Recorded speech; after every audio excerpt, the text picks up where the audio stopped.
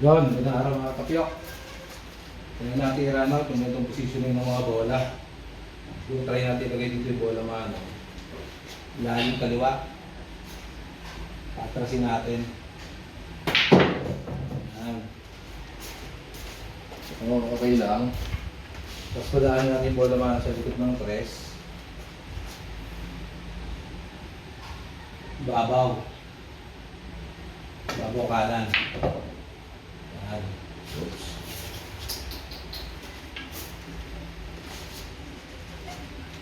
Tapos clear natin dito pa pulida lang at doon lang yung bola mano. At gitna lang.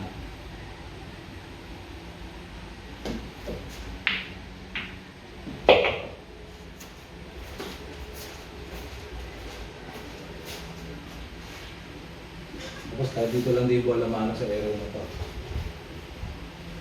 Ito na yung nalang na. Ayan.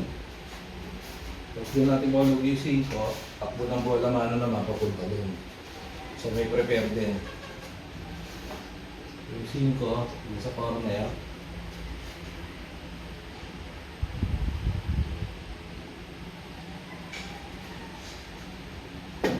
Oh, kapal. Kiss mo. Rod. Maganda. Pakalatira. Uy.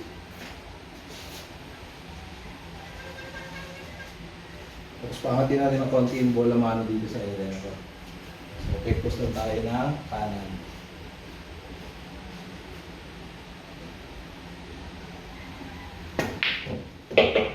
May scratch.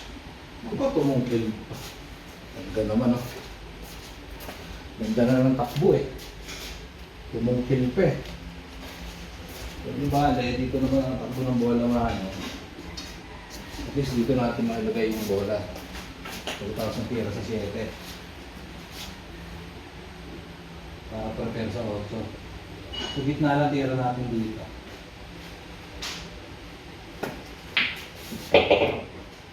Ipa, hangat mo. So parang may diretso. Try natin stop ball o kaya kung humatak siya ng konti.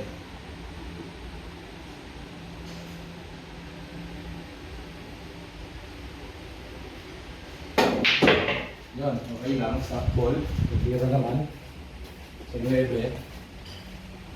Sa last ball 9 na tayo. Ano naman, dahil natin. Yun!